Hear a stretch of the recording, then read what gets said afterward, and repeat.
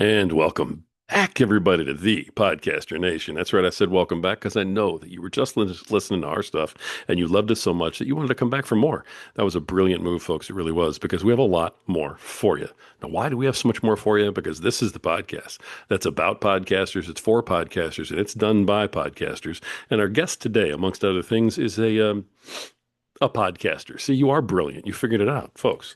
This is the place where we come together to raise each other up. And this is the place where the rising tide always, always, always raises all ships. So let's get sailing and bring in our guest today. And it's funny because, sailing ships and whatnot actually is right up this guy's alley. He is a marine biologist. He is in science communication, which I don't even know what that is. We're going to find out more about it. And he's the host of the hit podcast. And I mean, the hit podcast. Wait till you hear about this podcast. How to Protect the Ocean. Please welcome to the show, Andrew Lewin. Andrew, how you doing, brother? I'm pumped. I'm super excited. That was a great intro, by the way, and I love the, Thanks. the sailing and the rising tides. It was perfect. It is right down my alley. I love it. I love Thank you, man. And I didn't even pay him for all those compliments, folks. So I mean, we're already off to a great show. Andrew, I've never had the opportunity to interview on any of my shows a marine biologist. So just that is special. But I've never listened to a podcast that was about being a marine biologist and about the ocean and it. everything you do. So this is very unique. Tell us all about, who's Andrew Lewin? Yeah, How'd you get into all this in the first place? And, how'd you get to today?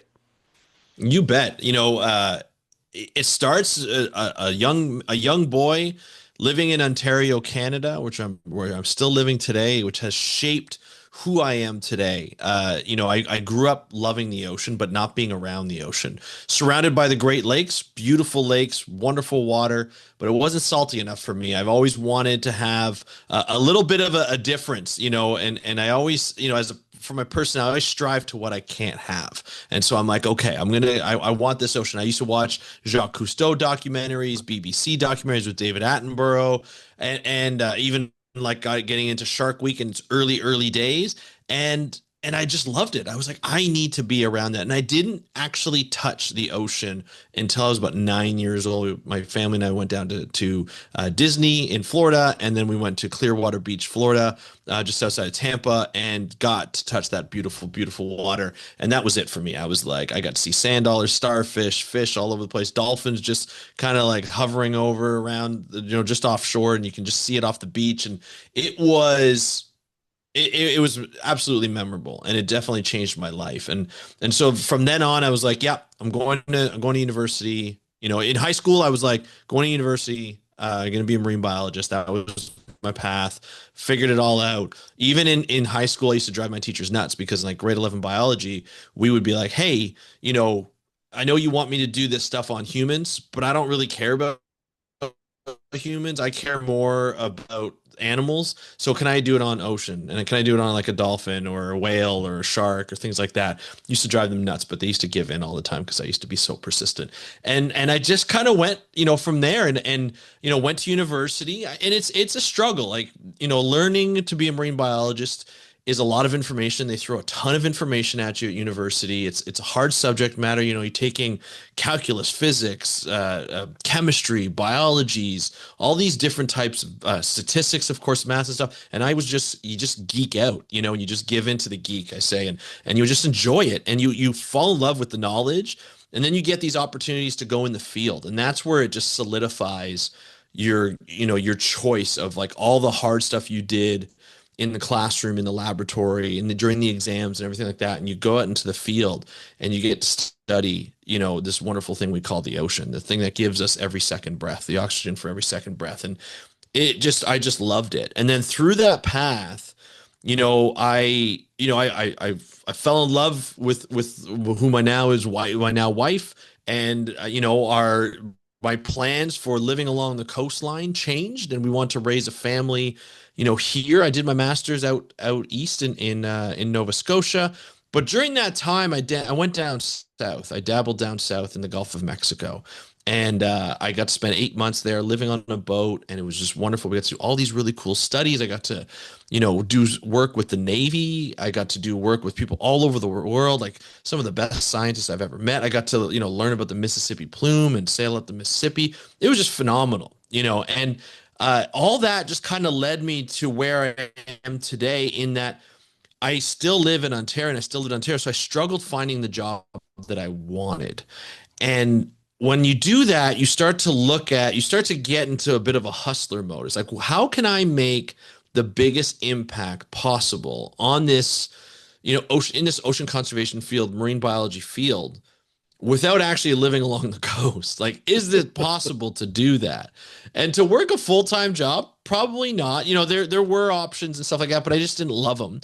And then I got into science communication. I started to talk about it. And I love to talk. I think all podcasters have that. Most of the people have that in common. We love to talk. Maybe not out in public, some of us. Maybe we like it in our office where we're on our own. I'm more of an extrovert, so I do like to do public speaking as well. But I just love to talk about the ocean, reading articles and stuff like that. And I went through like an evolution of communication online, where blog sphere happened, late or mid 2000s to 2010. And then I started writing a blog. Didn't really love writing. Then I went to YouTube as it started to grow a little bit more. And after 2010, had two little kids. And they take a lot of energy out of you when you have two little kids. And so I worked full time. So I was exhausted by the time I was doing these videos, and editing just wasn't the stuff that I loved. Video editing, especially. And then a friend of mine that I played football with in high school introduced me to podcasting, and I started listening to different podcasts. I started kind of getting sort of the lay of the land, this early 2010s. And I started like, well, there aren't any ocean podcasts, or there weren't many. There was maybe one or two, and they weren't even consistently being done. And I was like, well, I could do this. I'm that guy, Roy, where I'm like, I can do better. Like, oh, I can do it. Not necessarily I can do better, but I can do it, and I want to do it. And so I started interviewing people, like people that I met at conferences and people that I knew for a while and that I was really interested in interviewing with. And so I started interviewing them. And it took me about a year after I did my initial interview to publish full, like figuring out the technology back then was a little more difficult for me. And also just being comfortable with talking science, because back then we didn't talk about science. Journalists used to screw a lot of us over, by manipulating what we were saying, by a lot of scientists were saying. So there wasn't a lot of trust with scientists in the media. They're very careful of what they say. And it depends on, of course, where you're working. Government also, obviously, you have communications people who are very careful of what they're putting out because it has to be perfect, right? And so there was a lot of just mistrust. So a lot of people were like, just be careful who you speak science to. So a lot of it was like, yeah, little kids, you go into classrooms and stuff like that. That's not a problem. But when you're talking media, you're talking out in the public, you had to be careful. So it wasn't really encouraged, and it wasn't incentivized in your jobs to talk science. It was just because you love to do it. And every marine biologist and every field biologist, wildlife, whatever it might be, loves to talk about their work because we're passionate about it. And it's more than just a job for us. I know there are some people who go to work and that's their day. They do the 9 to 5 and they go home, and that's fine. When you're a marine biologist, you do your 9 to 5, but a lot of times it's 6 in the morning till 8 o'clock at night if you're in the field, or even longer. There's no real, but when you go home after you're in the lab or you're in the office for a little bit, you're still thinking about science. You're still going out with colleagues and talking about science and having beers and going over. And it's just constant because we love it so much. It is a factor of burnout for a lot of us, like, to do that so much, but we love it. It's just ingrained in us. And so it's a blessing and a curse at the same time when you look at this type of job. And so anyway, I wanted people, when I started to interview people, I wanted people to get to know the people that I knew. And because there was a lot of around that time, climate change denial was a big thing, and scientists were getting a bad rap.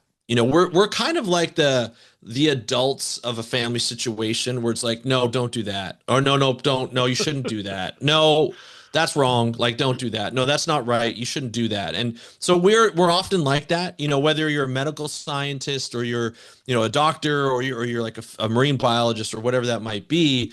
People are like, oh, this is really cool. Like, this is a really cool Lamborghini. Yeah, but how much gas does it take? And like, do you really need a Lamborghini? And it's like we're just kind of like the doomsday people of life, and just the party pooper of a party. And so, but I wanted people to kind of get to know the people that I knew, because they were talking about science in an optimistic kind of way. They were talking about, doing good for the ocean. And even though, yes, there are many problems with the ocean, and a lot of it is because of humans, we can actually do something great here. And we're actually fixing it in certain spots. And this is what the trends are in terms of how to fix it. And this is how we can fix it.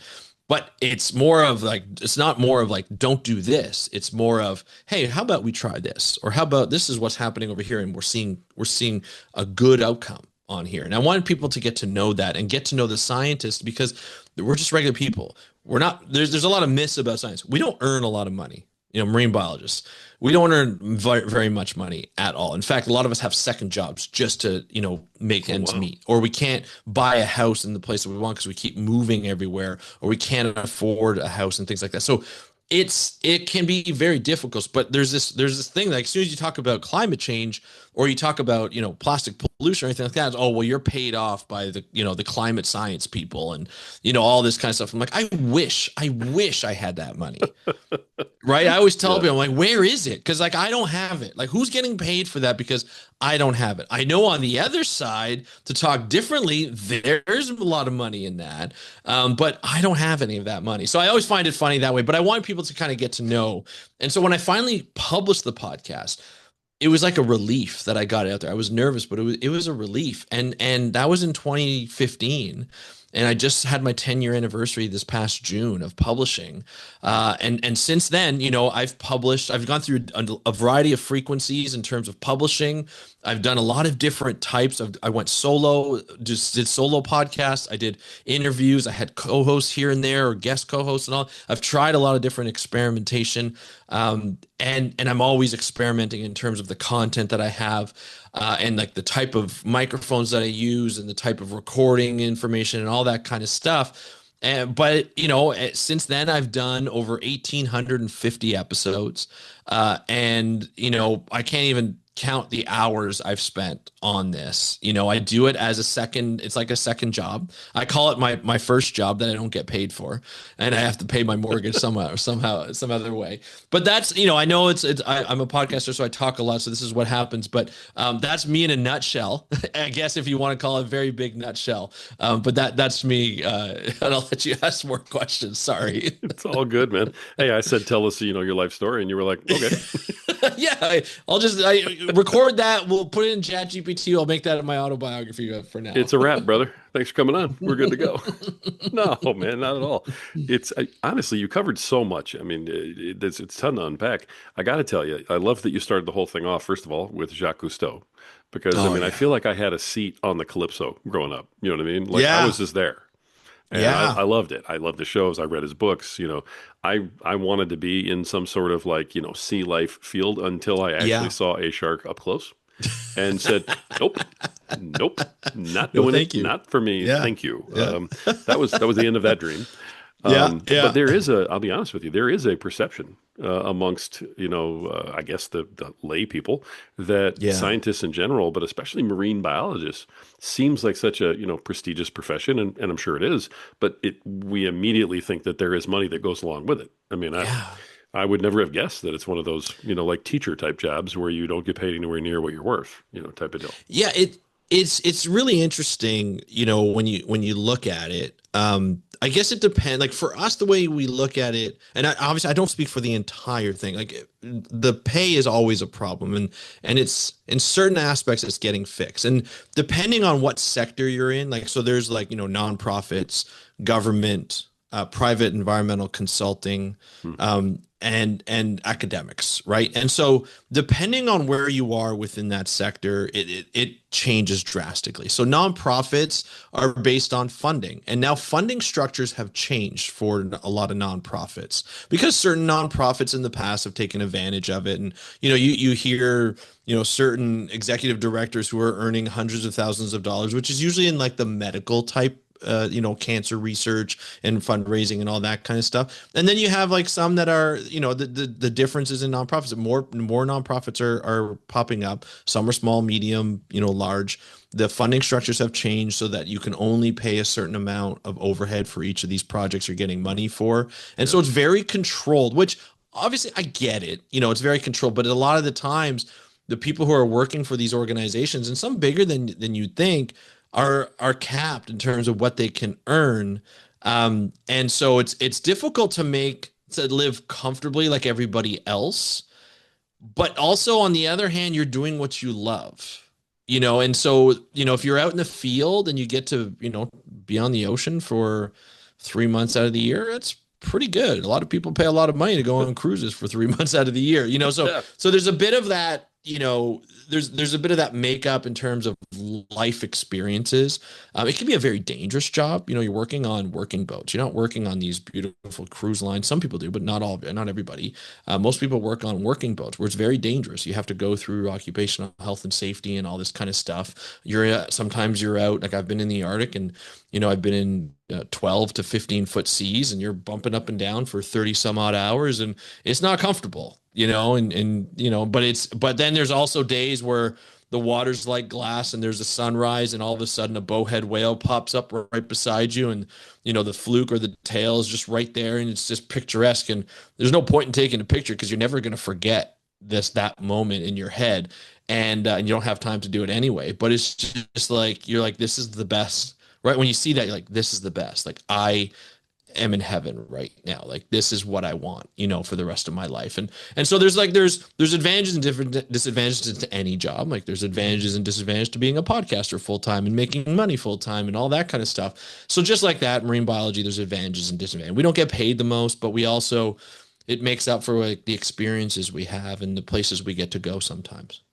So was the pay discrepancy something that kind of got you into doing the podcasting thing, thinking, hey, maybe I can make a couple bucks doing this? Or was the podcast, did that serve a different purpose when you sort of said, hey, I'm going to start doing this? Just curious. I think the podcast was more of yeah, no, it's a great question. I think the podcast was more of me not in my job, not getting to do what I want to do.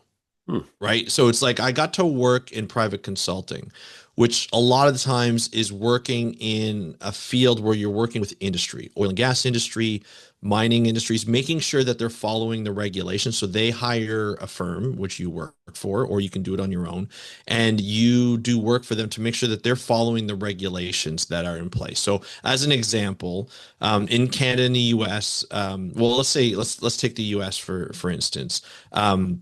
There's the Marine Mammal Protection Act, which protects whales, seals, any marine mammal, polar bears, anything that's in the water for over 60% of the time, that's a mammal, from any kind of disturbance or harassment or anything that would change their natural way. And so when you look at what's happening in the ocean, especially up in Alaska, and even in the Beaufort Sea, like on the Canadian side, there's a lot of oil and gas exploration that's been happening for decades. And so when you do oil exploration, you do seismic surveys, which is essentially trying to get pictures of pockets of hydrocarbons, so basically oil deposits in the bottom of the ocean, so that you can identify places where you want to drill. But when you do that, you use an instrument that's like an acoustic gun. And it's like this big gun noise, and it sends sound down to the bottom of the ocean, and it basically takes a picture using that sound, and it comes back up. And that distance, and there's a whole calculation. There's technology to basically make it easy for you to be able to identify where those pockets of oil could be. But the problem is that noise that is emitted from those sounds, if you and I were in the water beside a gun, it would shatter our eardrums. That's how loud it is. It is very, very loud. And when you talk about marine mammals, so whales or seals, whales especially, they use sound to communicate with each other, often over, a couple hundred kilometers away for depending where you are. If you're in the water and there's a whale, within 100 kilometers or 10 kilometers, say, maybe even 100, you can hear them. They'll be sending clicks out, and they know you're around. They can feel it, dolphins, all that kind of stuff. And so, but when you put a loud noise in the water, it affects their ears. So imagine you're putting earbuds in and you have music on, right? And you put it really, really loud to the max, and you listen to it for a period of about a half an hour. Then you take your earbuds out, you turn the music off, you take your earbuds out. You can't hear the right way, or can't hear everything. You hear like a muffled sound for a little Right. bit. That's the same thing marine mammals go through. So if they're constantly being exposed to this type of sound. That means their sound is off. That means they're going to have trouble communicating with their pod. They're going to have trouble communicating for hunting, for evading predators, all that kind of stuff. So because of the Marine Mammal Protection Act in the US and very similar acts in Canada, just different laws, of course, they can't do that without paying a penalty or avoiding them. So there's, I would go on as a private consultant and I would go on a boat. I'd be a marine mammal observer. And so based on, modeling of sound and, depth and temperature and all this kind of stuff, they have to stay a certain, the whales have to be outside a certain kilometer radius around the boat before you can turn the guns on. If they come in within that radius, you have to turn the guns off so you don't disturb them in any kind of way. So that happens in the US and in Canada quite a bit and all over the world too. But that's sort of what you do. The problem with that is eventually this company, these oil companies are going to want to drill. And so like as someone who wants to conserve the ocean, I don't want to see drilling happen because it's going to really disrupt the ocean.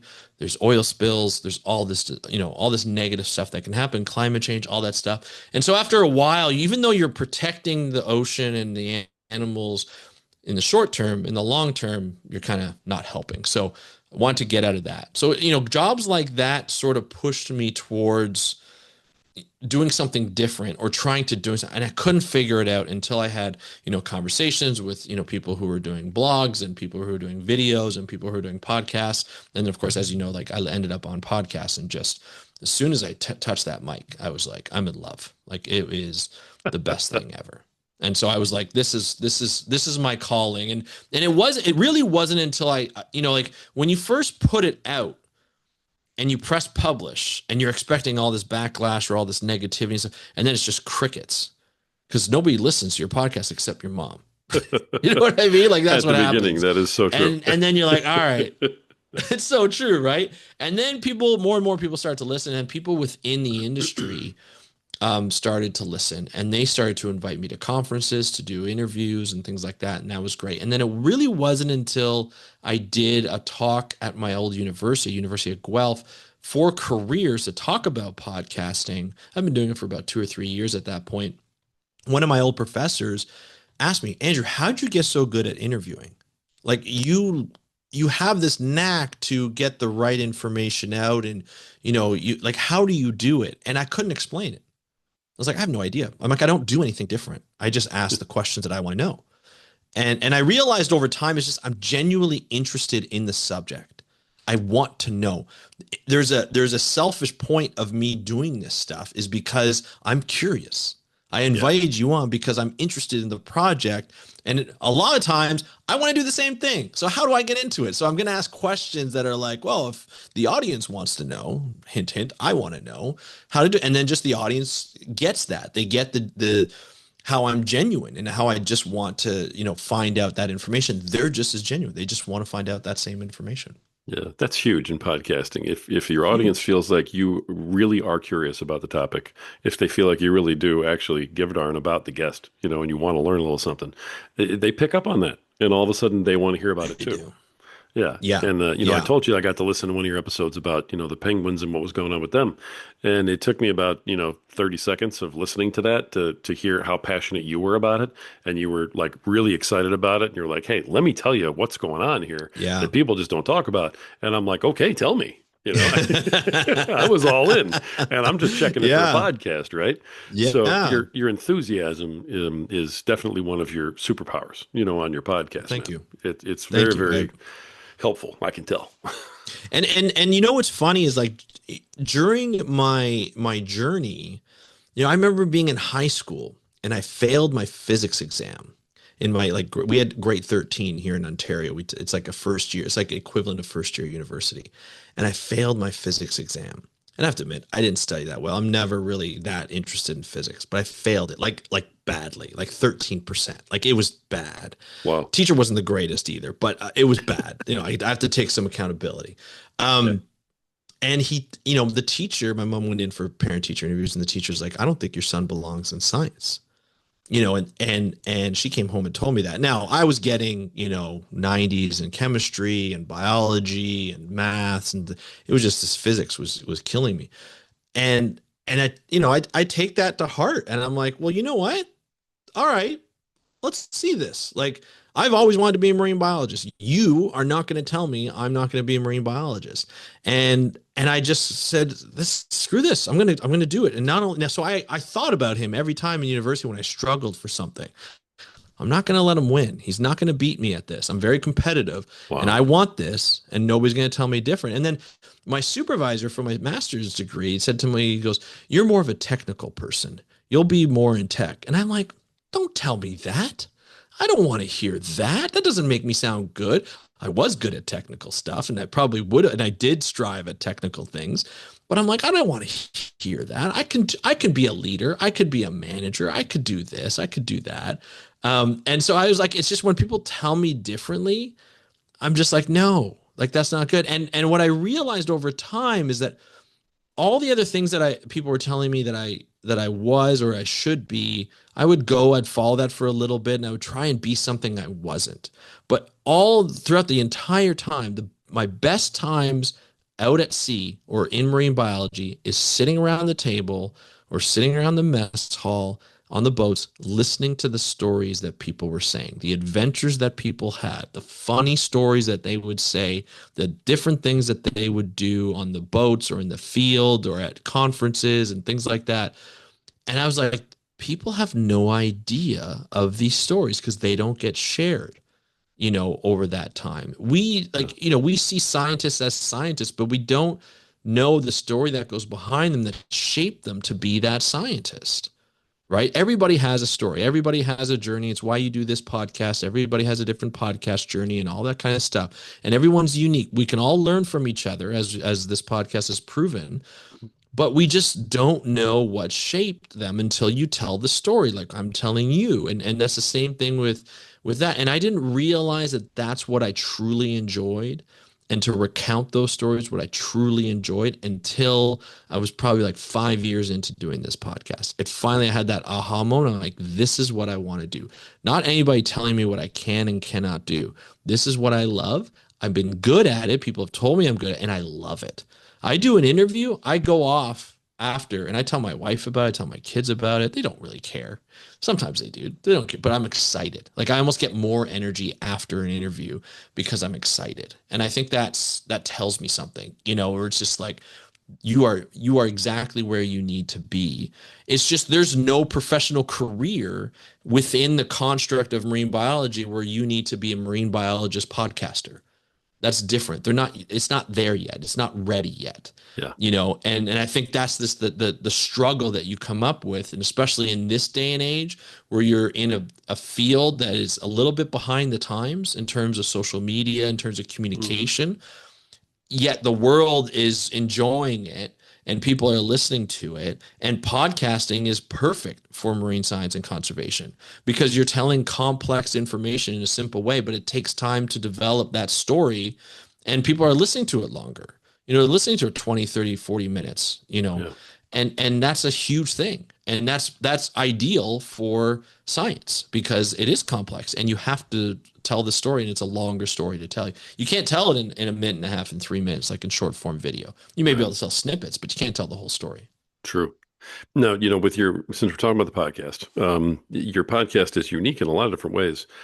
First of all, I mean, you only have a couple episodes, I mean, you look like you're kind of brand new. What is it, Yeah. 1,800 episodes 1800, you put over out? 1850. Yeah. My, I mean, folks, I was kidding with him beforehand. I'm like, hey, I saw your podcast, and if Yeah. people don't number their episodes, I don't count them. So just tell me how many Fair episodes do enough. you have? Because it looks like you have a lot. And he goes, oh Yeah. yeah, I have over 1,850. And I think my headphones fell off. I was like, what? And I actually looked back at the phone like, no way, that's not all in here. And I Yeah. kept scrolling, going, they're all in here. This bar's Yeah. not moving. They're all sitting here. No. So you have Yeah. 1,850 plus episodes. You've been doing this for Hmm. 10 years. Yeah. Um, Now, how has from when you started 10 years ago, I'm sure the entire podcasting world has changed, but you've Hmm. gone through changes in terms of the length of your episodes, whether Hmm. you're interviewing or doing solos, how often you come out. For instance, you and I were talking about, when you publish episodes. Kind of Yeah. take us through that. What's changed Yeah. over 10 years, especially with, your release schedule. Yeah, well, with the release schedule, start off with just interviews. So I had about 12 in the bank when I first started because I delayed in the start, and I was like, "This actually, I really enjoyed having that because I didn't have to worry about it, and I could listen to the feedback and I could listen to them and understand. You know, when you first start, your first Yeah. podcast is always the worst podcast, but Right. I still enjoyed it, and so after that first 12, there was one podcast I did. It was all about the movie Blackfish, which was the documentary on Tilikum, which was the orca at SeaWorld that actually ended up killing one of the trainers. And it's Oh the movie gosh. that really changed the um, the entire captive whale sort of saga, and changed SeaWorld's business model, marine lands business. It's now why you can't see shows for orcas and this and that because it started to tell about the torture and the fact that we know so much more about orcas or killer whales now than we did before that we know we're not it's not good for them. So that changed the game. But I talked to somebody who provided a lot of the science for that movie. And it was a friend of mine, Dr. Naomi Rose. She was a great communicator. She was an advocate for captive whales to get captive whales out of captivity and so forth. And we're like, that's a long story, and I can tell you more about that at a different time. But after that episode, I really hit. I'm like, I'm doing something really good here. Like this could Mm. change in terms of, what I want to do. And my podcast wasn't called How to Protect the Ocean at that point. It was called Speak Up for Blue. And so after that episode, I was like, I want to get into more of this. There's so much news. So you do an episode and it's an interview, and then you're like, okay, that's once a week, but there's so much news coming out and I want to talk about all of that. I can't get it all out in one episode. So I'm gonna have to do more. And I'm really enjoying this. So I had like a Yeti microphone, which you can I'm not sure if you do video, but it's kind of behind me, like On right the over here shelf back there. Yeah. on the shelf back there. And so, but unfortunately, I didn't know how to use it properly at the time. It was very expensive, 200 and some odd bucks at the time, Canadian.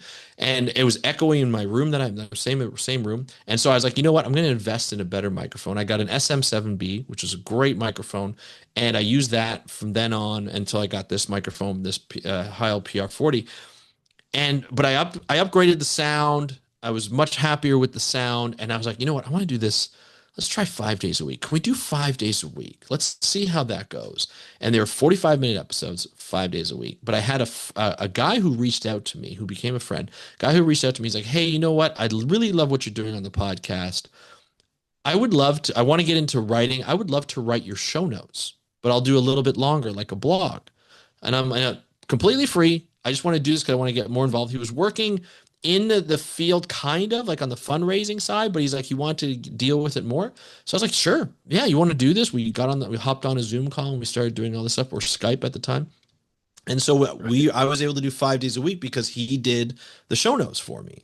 And then eventually I was like, hey man, like you're a scientist too. Like, why don't we hop on a call every Friday? You pick the stories. We'll take like 3 or 4 stories, and we'll just discuss them and we'll, talk about it. We'll call it Ocean Talk Friday. We did that for like a year.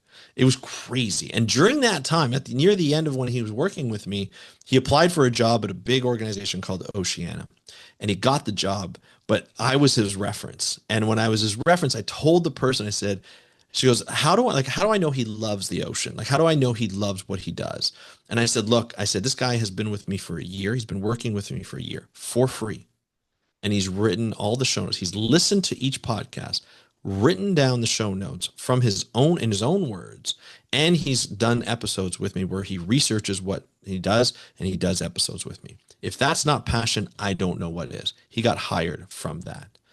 Also, he was a kick-ass scientist and fundraiser and all that, and Sure. he's still working for them today. Yeah. But as you know, it changes your life the way you do. And that was just one way it changed his life. But yeah, so I started doing 5 days a week. I did that for probably about a year and a half. Went back down to three, just because it was just I got a little burnt out doing five, especially after he left. So I went down to Yeah. three, 45 minutes long each, and then Podcast Connect came out. And so you're able to see how long people were listening to your episodes. And I kept noticing the same drop off, 50%, 50%, 50% retention. And I was like, wow, they're just staying I had 3 stories each time, 15 minutes long each. And so they were staying midway through the second story. I was like, that's interesting. I'm like, what if I did one story a day, 15, 20 minutes long, but I publish 7 days a week? It's not going to change the amount of work I do because I'm still doing the same amount actually, I'm doing less stories because then I was doing nine, 3 days a week. And this time I'm doing 7 days a week, but I would just have to publish it more. So I switched to 7 days a week. And I did that. And I noticed the retention went up from like 50% to like 75, 85%. I was like, well, this is great. Right. The interviews went like were still around like the 65% because they were longer. They were an hour. But these Sure. were like, 20, 25 minutes, 15, 25 minutes. And so that worked out well. And then I got it. I went on my own for a while and I tried to make a living with podcasting. It just didn't work out. Couldn't find sponsors, this and that. And so I got a job. And I would say once I got the job, I went back down to 3 days a week, but I do like same thing. Solo episodes, 15, 20 minutes. If it's an interview, it's like could be 45 minutes to an hour, depending. And then I just kind of flip flop between those. Gotcha. I was looking at some of the of your episodes. Of course, you've got some that are as short as 18 minutes, and then you've got one that I saw that was an hour and 29 minutes. Was that an Yeah, that's interview probably you an were interview. really That was into probably it? an interview. You just didn't want to Yeah, stop well, talking? sometimes, because like I don't like I plan out what the kind of story I want to tell with the interview. And then sometimes, at the end, there's like a bombshell that the person drops, and you're just like, all right, I'm following that. It's like it's the equivalent of like you're scuba diving, and you're going down, you're like 70 feet down, and all of a sudden, um, a sea turtle just comes right over your head, and you're like, I'm gonna follow that. And then you follow it, and then you look back, you're like, oh crap, where's my buddy? Like, who's with me? Like, am I by myself? Like, you get distracted, you follow that tangent. And I'll do that sometimes on an interview. And I just go down and that hour and 29 minutes, I don't remember which episode it was, but that hour and 29 minutes, it was like, there must have been something there where I'm like, I gotta grasp that. And I'll clip it at the end and I'll just send it out. So yeah. I love it, man, because you're proving sort of my proof of concept that I teach, because I'm a coach also with what I do, and I'm always telling folks, look, it's your podcast. There are no rules. So you do what you want to do. I mean, there's a So best true. practice. There's some things that may work better than others. Sure. But at the end of the day, if you want to change something, it's your podcast. Just do Yeah. it, right? You want to interview Yeah. somebody for 2 hours, man, because you love talking to them, do it. Yeah. They're not going to take your podcasting membership card and say you can't podcast Nope. anymore. Nope. So I love that's your attitude going in. You can tell how much you Yeah. love doing it, man. It just Oh, I love it. screams from you. If Um, I could do it every day, if I could go back to do it every day, I would. I 100% would. I'd go back to do it every day. I would do lives on YouTube, put that into a podcast. I would do all sorts of things. I'd go live on all like a lot more live stuff, but I would do podcasts like every single day because there's yeah, so much news and so much stuff I want to cover every single day. I'd have a system though. That's the big thing. You got to have a system when you do it.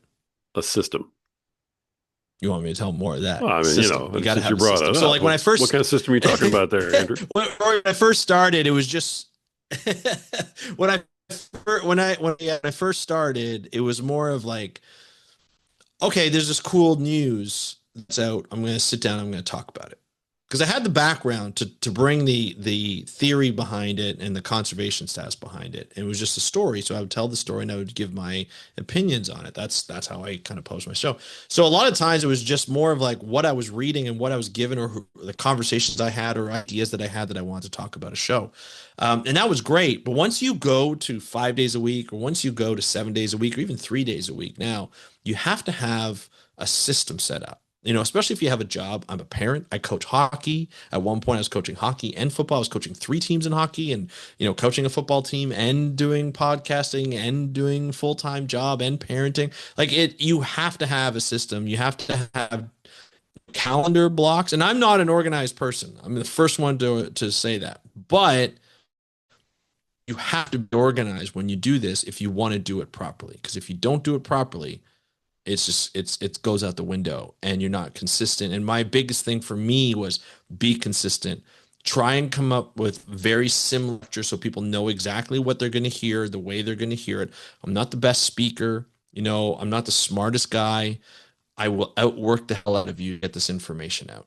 And I try and speak the way I talk to my friends, except for the cursing. I try and keep that out. But a lot of the times I'm just there and I'm just there to talk, and I'm just there to say what I have to say, but I do keep a system of like 3 episodes or 5 episodes or 7 episodes a week. You're not doing 4 hours of editing every day.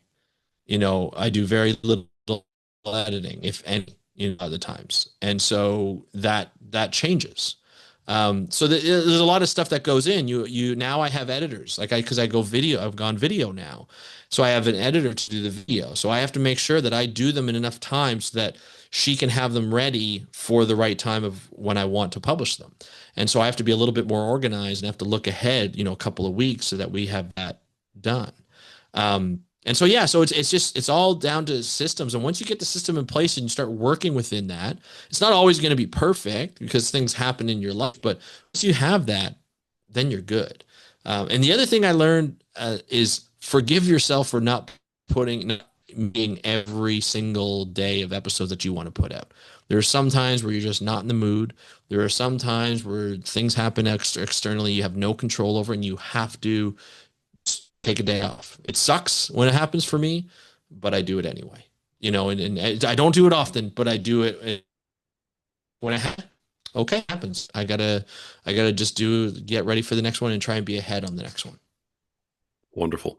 As you've been putting this podcast out, I mean, 1,850 episodes, you've learned a couple things. So, how do you go about promoting the podcast? What works, what doesn't?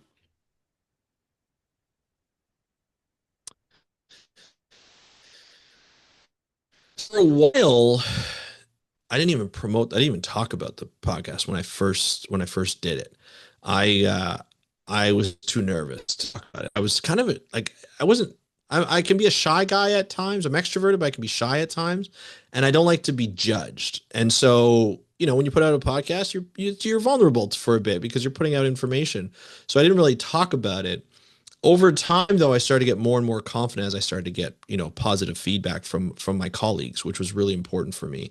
And so I started to promote it, just telling people about it, and then just having them. I'm like, oh, they're like, oh, I used to get people because you know how like sometimes they're like, oh, you have a podcast. Oh, that's great. I would listen to it. And then you say, all right, take your phone out. I'm like, excuse me, take your phone out. Open what podcast app do you listen to? Spotify, Apple Podcasts. Great. All right, here, just search this, hit the follow or hit the subscribe or whatever at the time. And that's how I kind of promoted it. And then other people were helping promote, like it was more word of mouth than anything else. And it was just more of me being consistent and it just growing and people discovering. At that point, like, 2015, 2016, although podcasting had been going on for 10 years, there still weren't the amount of podcasts you'd have now. So there was less Right. competition. So you didn't have to promote it as much. Now I do use social media. Although I don't think it fully helps to grow the podcast on the short term. I think what I've learned, which is interesting because like the company I work for, a lot of people are on LinkedIn, and I started posting clips from LinkedIn, and people are like, wow, you're really busy with this podcast. And I'm like, look, man, I've been busy for this for 10 years. I just started posting about it. And like, why post now? I'm like, because I found an app that can schedule my posts. Because I used to forget to schedule them all the time. So now in the morning or in the night, I get about 3 or 4 clips per episode, and I schedule them twice a day, and I just put them out. So that's mostly my promotion these days. I've discovered an app called Podgagement, and it's created by what's his name? He's kind of like a Hall of Fame podcaster, Daniel. Oh, what's his name? Oh, I forget his name. It's Daniel something. Let me see if I can find it here. That's okay. Daniel J. Lewis. Sorry, Daniel Right. J. Lewis. I just want to give him credit for what it's a really, and it kind of gives you like rank. It's almost like a chartable, but a little better. And so it gives you all the rankings and stuff like that. But it also, what I really like about it, it has these promotional tools where you can put out on social media, hey, follow, if you want to follow me, you can follow me, and it goes to, all like some of the bigger apps like Apple Podcasts, and you click on that and that'll take you right to your podcast, and you can have them, they can follow there. Or if you want feedback, you can record voicemail, or you can actually write in something. You can rate and review, and you have these 3 different links that you can continually post. I'm super signed up for. I'm super excited to see what that brings, because I feel like that can actually help grow the podcast a little bit more. And then you can check on the rankings to see where you go, even though like the rankings jump up and down with all these different countries. Although I'll tell you, I'm killing it in Azerbaijan, killing it. Like I'm in top 10 for nature in Azerbaijan by any day. Like that's pretty cool, in those countries where, in Finland, people love me. They love me. So, there's a lot of different, different things that you can do, but it's just a little bit more of like direct promotion through social media because just putting up clips gives you an idea of what you do, Yeah. but it doesn't send people to your cast right away. So I'm, still working on that. Yeah, for sure. All right, listen, I always like to ask a corny question of everybody who comes on the podcast. So here goes. When it comes to doing your podcast, um, what is it about doing your podcast that you love the most? And what is it about doing your podcast that you just absolutely cannot stand, throw it out the window, hate the most?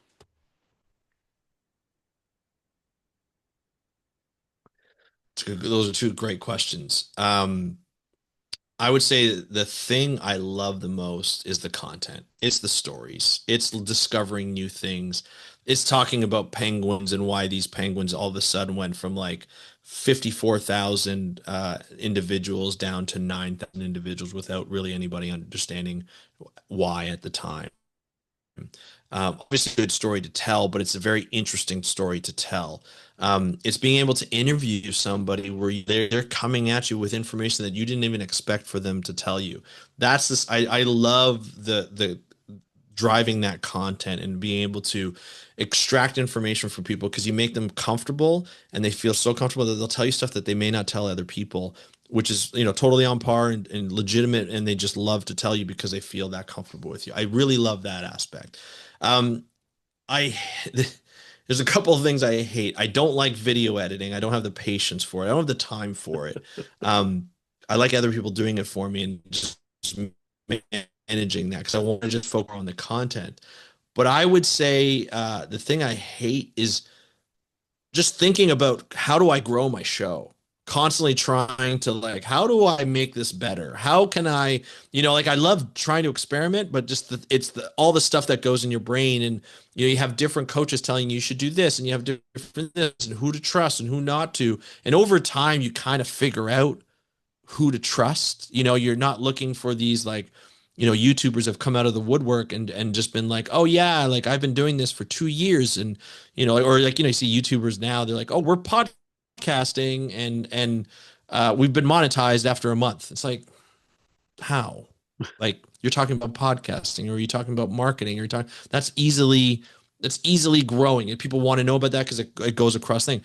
Try oceans, try conservation. It's not I'm not getting millions of views, or I'm not getting millions of things, and you're just on YouTube. It's not a podcast, it's a show. Let's all, we all know the definition of a podcast. It's ours, and that's fine. You want to call it a podcast, call it whatever you want. It's new viewers, it's new followers, and it's new people to learn more from me about the ocean, which is great. But it's like I try you want to make sure you've been in the game enough where you know what is good information from a coach and what is not good information to get yourself to grow. And you have to experiment a little. You have to go down those rabbit holes sometimes and realize, no, this is not the way. This is not working for me as it might work for others. And then you get comfortable with people, that have been in and around, or people who have actually gone through all this kind of stuff. There's just too much people I don't trust on when they start talking about it. I'm like, that's never happened for me. I'm wondering how you got that. And when I ask you to explain it, you don't explain it properly. And I'm just like, yeah, no, that doesn't work. So people have been in the game like yourself. You get that trust from people. It's not just marketing. It's not just blowing it out of proportion and saying you're gonna earn millions from this, and this is what people don't know about it. It's a grind. It's a slow grind. It takes time. It could be agonizing at times, but it could be the best thing in life, like it is for me. So yeah, so I would say just it's all this stuff in my head that needs to get out of my head to try and figure out what I can use to grow and do it one thing at a time because I'm one person. Yeah, absolutely. All right. Well, I appreciate that answer. Listen, I appreciate everything you brought to the podcast today. I mean, you are an accomplished guy at this business that we're all in.